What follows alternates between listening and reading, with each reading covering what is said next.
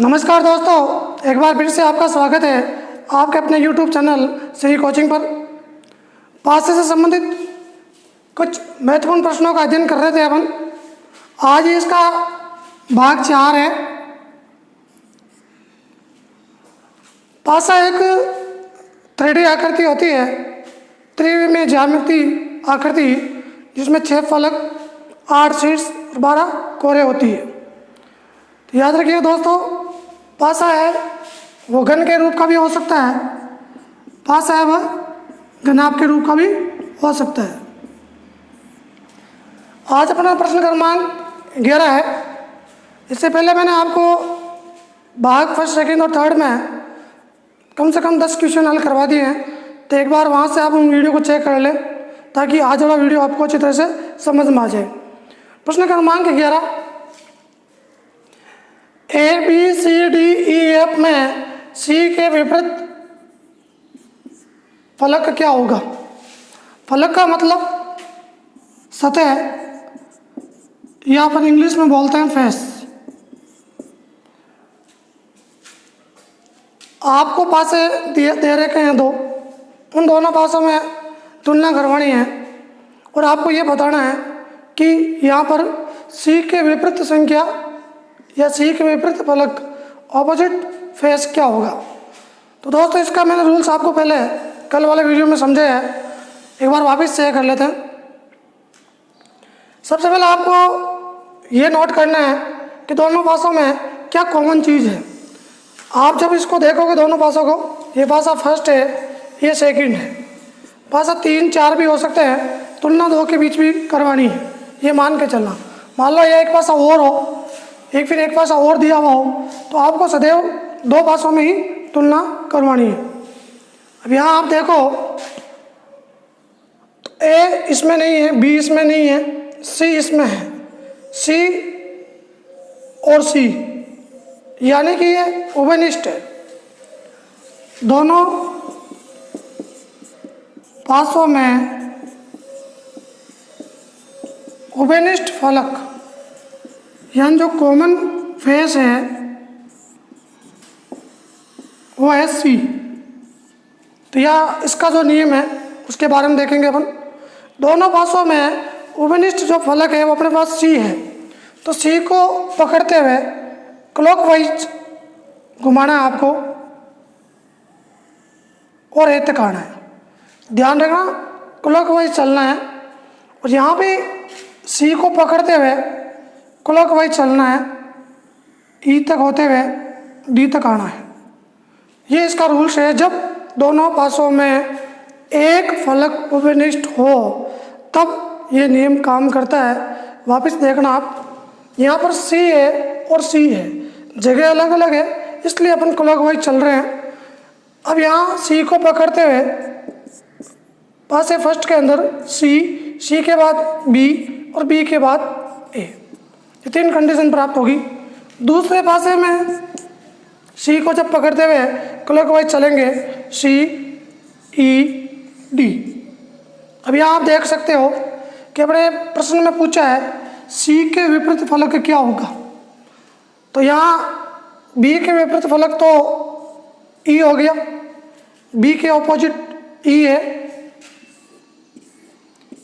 B के opposite face हो गया अपने पास, वो हुआ अपने पास E। एक ऑपोजिट फेस हुआ अपने पास, वो हुआ D। प्रश्न पूछ रहा है C के ऑपोजिट, C के ऑपोजिट जो फेस है वो क्या होगा। यदि B के ऑपोजिट पूछता तब तो इसका आंसर E होता, A के ऑपोजिट पूछता तब तो आंसर D होता। जबकि प्रश्न में पूछा गया C के विपरीत फलक कौन सी होगी, तो जो फलक, जो सतह अपन को दिखाई नहीं देती है वही इसका आंसर होगा। यहाँ आप देख सकते हो A दिखाई दे रहा है, B भी दिखाई दे रहा है, C भी दिखाई दे रहा है, D भी दिखाई दे रहा है और E भी दिखाई दे रहा है। केवल जो F है, ध्यान रखना दोस्तों, विशेष ये F है, इन दोनों पासों में कहीं भी दिखाई नहीं दे रहा है। तो इसका मतलब सी के ऑपोजिट एफ हो जाएगा। अब यहाँ वापस देख सकते हो A B C D E F, 6 की 6 फलक वापस आ जाने चाहिए। 3 फलक तो सामने होती है जो दिखाई देती है। आप जब इस बिंदु से देखोगे, इस बिंदु को चिन्हित करते हुए, तो आपको ई सी और डी 3 फलक दिखाई देगी और 3 फलक इसके ऑपोजिट है जो हमें दिखाई नहीं देगी। इससे संबंधित प्रश्न पूछा जाता है। तो ये आज का प्रश्न नंबर 11 था। आपने ये रूल्स पहले बता चुका हूँ।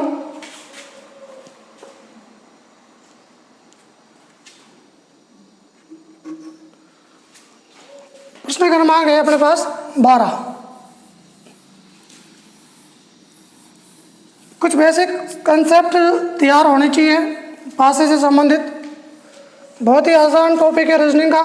बीएसटीसी एग्ज़ाम, पटवारी एग्ज़ाम, जो भी बीएसटीसी एग्ज़ाम होगा अगस्त में या सितंबर में, बीएसटीसी एग्ज़ाम 2020, तो इसमें रीजनिंग से संबंधित 50 क्वेश्चन पूछे जाते हैं।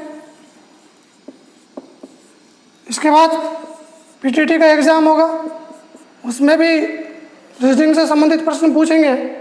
इसके अलावा राजस्थान पुलिस का एग्ज़ाम होगा, तो राजस्थान पुलिस के एग्ज़ाम में भी रीजनिंग से संबंधित प्रश्न पूछे जाते हैं। रेलवे एग्ज़ाम में उसमें भी आएगा, पटवारी एग्ज़ाम है उसमें भी है, फर्स्ट ग्रेड एग्ज़ाम है उसमें भी 4 प्रश्न पूछे जाते हैं। तो इस प्रकार रीजनिंग लगभग सभी प्रतियोगिता एग्ज़ाम में पूछी जाती है। तो ये जो अपना टॉपिक है ये कंटेस्ट तैयार होना चाहिए। तो अपन आज पासे से संबंधित प्रश्नों को हल कर रहे हैं। इसके बाद नेक्स्ट टॉपिक आएगा अपना, तो बात करते हैं अपन क्वेश्चन नंबर 12 की। 12 क्वेश्चन में आपको 2 पासे दे रखे हैं। बहुत ही अच्छा आसान सा टॉपिक है। इस पासे में 1 2 3 लिखा हुआ है, इस पासे में 4 5 6 लिखा हुआ है। अब आपसे पूछ ले, बताओ 3 के विपरीत ऑपोजिट फलक क्या होगा? बताओ 3 के ऑपोजिट फलक है वो क्या होगा? अब इस प्रश्न का जो रूल्स है वो नया रूल्स है। कोई भी फलक एक दूसरे के उपनिष्ठ नहीं है, कॉमन नहीं है। 1 इसमें नहीं है, 2 इसमें नहीं है, 3 इसमें नहीं है, ये संख्या इसमें नहीं है। ये 3 फलक अलग है, ये 3 फलक अलग है। तो ये तो मान के चलो 3 के ऑपोजिट 4 5 6 इसमें से एक संख्या होगी। अपने पास अब ऑप्शन आ जाए,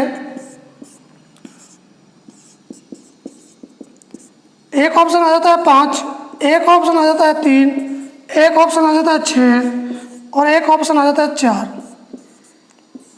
ये 4 ऑप्शन दिए हुए हैं। अब आपको इसमें पता करना है कि 3 के ऑपोजिट संख्या क्या होगी।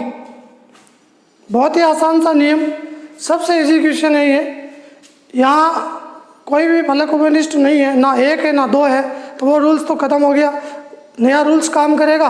और जो नया रूल्स है तो यहाँ आपको ये पहचान करनी है कि ये भाषा किस प्रकार का है। ये भाषा है स्टैंडर्डाइज। ये पहचान किस लिए की और कैसे पता चला कि ये स्टैंडर्डाइज है? स्टैंडर्डाइज का मतलब हुआ मानक भाषा। स्टैंडर्डाइज मानक भाषा, और मानक भाषा में विपरीत शब्दों का योग होगा। ऑपोजिट फलक का जो योग होगा वो सदैव साथ होता है। तो ऑपोजिट फलक ही तो पूछिए अपन से, 3 के ऑपोजिट क्या होगा? ये जब भाषा नहीं दे तो भी प्रश्न सॉल्व कर सकते हैं। सिंगल भाषा से भी इसका आंसर बता सकते हैं, इससे तुलना करने की कोई आवश्यकता नहीं है। लेकिन ये भी मान के चलना, इधर जब मानक भाषा दिया हुआ है तो दूसरा भाषा भी अपने पास यहाँ पर इसमें मानक भाषा होगा। ये कब होगा दोनों तरफ मानक भाषा? जब कोई भी फलक दोनों में उपनिष्ठ नहीं हो, कॉमन नहीं हो। तो यहाँ अपन इसका आंसर बताएंगे। तो 3 के ऑपोजिट यहाँ ऑप्शन से डायरेक्ट कर सकते हैं कि जो संख्या फलक में दिखाई देती है, जैसे कि इस फलक में 5 है, 6 है, 4 है, योग किसका 7 हो रहा है? 3 तो इसका आंसर होगा नहीं, ऑप्शन बी तो पूर्णतः गलत होगा, क्योंकि 3 के ऑपोजिट 3 तो कहाँ से होगा? 3 खुद एक ही है, तो इसके ऑपोजिट 3 तो होगा ही नहीं, तो ये आंसर यहीं से कट हो जाता है। पीछे बात करते हैं 3 की। मान लो यहाँ एक ऑप्शन में 2 दिया वो, अब 3 और 2 टोटल कितनी होगी? 5। 3 और 5 टोटल कितनी होगी? 8। 3 और 4 टोटल कितनी हुई? 7। तो जिसकी टोटल 7 हो रही है वो इसका आंसर होगा। और इस भाषा में 3 का ऑपोजिट पूछा है, तो 2 तो इसमें दिया हुआ है, तो दिखाई देने वाली सतह तो कभी ऑपोजिट होगी नहीं, तो 2 वाला ऑप्शन भी कैंसिल हो जाएगा। अब पीछे बचे 2 ऑप्शन अपने पास, या तो आंसर 5 होगा या आंसर 4 होगा। तो जिसका योग 7 हो रहा है वो इसका आंसर है, तो 3 के ऑपोजिट 4 होगा, ऑप्शन नंबर डी। क्योंकि 3 और प्लस 4 को जब अपन जोड़ेंगे तो इसका योग कितना हुआ? 7। और मानक पैसे की जो डेफिनेशन है, डेफिनेशन ऑफ स्टैंडर्डाइज की, वो है कि दो विपरीत सतहों का ऑपोजिट फेस का योग सदैव 7 होता है। इस नियम के बेस पे इसका जो आंसर प्राप्त हुआ वो अपने डी ऑप्शन प्राप्त हुआ। तो ये तो बात थी अपने मानक भाषा से संबंधित। अब बात करते हैं नॉन स्टैंडर्डाइज। आपको 2 नॉन स्टैंडर्डाइज दिए हुए हैं, तब आप कौन सा रिल लगाओगे? यहाँ तो आसानी से लगा दिया, मानक भाषा है तो विपरीत सतहों का योग 7 होगा, जोड़ के घटा के निकाल दिया। अब दोनों ही जब स्टैंडर्डाइज के बजाय नॉन स्टैंडर्डाइज दे दें, यानी कि सामान्य भाषा दे दें, तब उसमें कौन सा रूल काम करता है? देखिए प्रश्न क्रमांक 13 में, प्रश्न क्रमांक 13,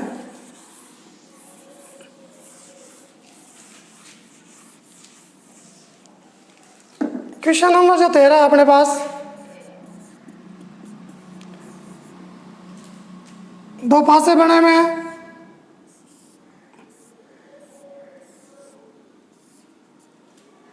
एक पासा और बना हुआ है,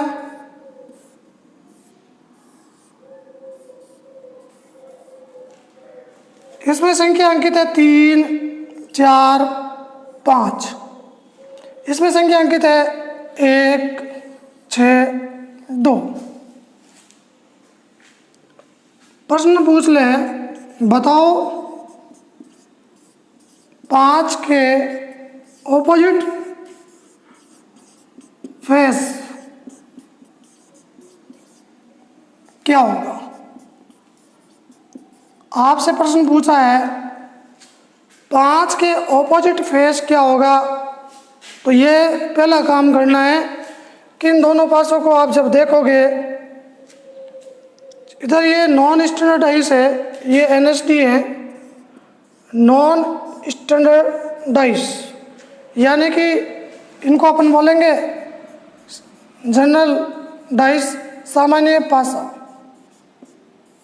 तो सामान्य पासा का रूल्स है कि जो दिखाई देने वाली सतह है उनमें किन्हीं 2 का योग 7 हो जाता है दिखाई देने वाली सतह में, तो ये सामान्य पासा है। तो 4, 3, 7, 6, 1, 7। अब अपन उनसे पूछ ले 5 के ऑपोजिट क्या होगा? ऑप्शन दे दे अपन को, एक ऑप्शन दे दे अपन को बी में 6, ऑप्शन दे दे सी में 2, ऑप्शन दे दे डी में सी एंड डी। और अब इसका आंसर आपसे पूछ रहा है, ऑप्शन में 1, फिर 6, फिर 2 और सी एंड डी, यानी कैन नॉट डिफाइन, निर्धारित नहीं किया जा सकता। सी एंड डी का मतलब है कैन नॉट डिफाइन, निर्धारित नहीं किया जा सकता। तो यहाँ जब कभी भी सामान्य भाषा से सामान्य भाषा की तुलना होती है, सामान्य भाषा की सामान्य भाषा से तुलना होती है, तो 1 भी हो सकता है, 6 भी हो सकता है, 2 भी हो सकता है। इसमें 1 भी इसका आंसर हो सकता है, 6 भी हो सकता है, 2 भी हो सकता है। इसलिए यहाँ पर कैन नॉट डिफाइन अपन निर्धारित नहीं कर सकते हैं कि इसका फाइनल आंसर 1 ही या 6। या 2 है। तो इसका जो राइट आंसर होगा वो डी होगा, कैन नॉट डिवाइन, निर्धारित नहीं किया जा सकता। अब बात करते हैं अपन, ऑप्शन चेंज आएगा यहाँ, ये तो ऑप्शन अलग था। अब आपको ऑप्शन में पूछ ले 4 दे दे, 6 दे दे, 3 दे दे, और फिर ऑप्शन में है नॉन दे दे। 4, 6, 3 और नॉन, यानी इनमें से कोई नहीं। पहले तो नोट कर लो कि दोनों पास से किस प्रकार के सामान्य पासा, कैसे पता चला, सामने दिखाई देने वाली सतहों का योग 7 हो रहा है। अब यहाँ पर 5 के ऑपोजिट, ये तो मान के चलो ऑप्शन से करेंगे, इसको ऑप्शन से करेंगे तो 4 तो होगा ही नहीं, 4 तो इसी के साथ दिखाई दे रहा है स्पष्ट रूप से, 3 भी स्पष्ट रूप से दिखाई दे रहा है, ये भी इसका आंसर नहीं होगा, ये भी इसका आंसर नहीं होगा, क्योंकि ये सतह तो आपको दिखाई दे रही है, तो ये ऑपोजिट तो है नहीं। तो 2 ऑप्शन तो अपने कट हो गए, पीछे बचा 6 या नॉन। अब नॉन और 6 में से क्या होगा, तो ये तो मान के चलो इन 3 ऑप्शन में से 1, 2, 6 में से 6 दिया हुआ है, तो 6 इसका हो सकता है ऑप्शन के अकॉर्डिंग। तो यहाँ इसका राइट आंसर बी होगा। अब मान लो इसी में दे दें ऑप्शन के हिसाब से 5, तो आपको दिखाई दे रहा है कि 5 के ऑपोजिट 5 भी नहीं होगा, तो इसका राइट आंसर क्या होगा 6, यानी कि बी ऑप्शन। तो इस कुल मिला के 3 तरह से 3-4 तरह से 5 से प्रश्न घूम के आता है। तो 4-5 जो घूमने वाले तरीके हैं वो अपन के माइंड में होने चाहिए कि जब सिंगल डाइस हो तो किस प्रकार आंसर निकालते हैं, कि मानक पासा है या सामान्य पासा है, दोनों में तुलना करवा के आंसर निकालते हैं। स्टैंडर्ड डाइस आएगा तब तो अपन विपरीत सतह से निकाल सकते हैं, टोटल योग 7 होना चाहिए। और जब सामान्य पासा हो तो अपन को ऑप्शन के हिसाब से चलना पड़ेगा। जब ऑप्शन में सी एंड डी दिया हुआ हो तो अधिकतर आंसर वो सी एंड डी होगा, क्योंकि तीनों में से कुछ भी ऑप्शन हो सकता है, इसके कोई रूल्स नहीं है। यहाँ पर ऑप्शन में 6 ही था, तो 1 नहीं है, 2 नहीं है, तो इसका मतलब ऑप्शन के हिसाब से 6 सही है, तो इसका राइट आंसर बी हुआ। अब याद रखिएगा दोस्तों, पासे में संख्याओं के अलावा साइन चेंज करके भी पूछ लेते हैं। कई बार इस प्रकार पूछते हैं, त्रिभुज बना दिया, वृत्त बना दिया, प्लस का चिन्ह बना दिया। तो इन प्रश्नों का भी विशेष ध्यान रखना। ये प्रश्न मैं आपको कल की वीडियो में समझाऊंगा, नेक्स्ट वीडियो में। यदि मेरे द्वारा पढ़ाया गया जो पासा है वो आपको अच्छी तरह से समझ में आता है, अच्छा लगता है, तो प्लीज़ दोस्तों वीडियो को शेयर करें, लाइक करें और सब्सक्राइब करें। धन्यवाद। आज के लिए बस इतना ही।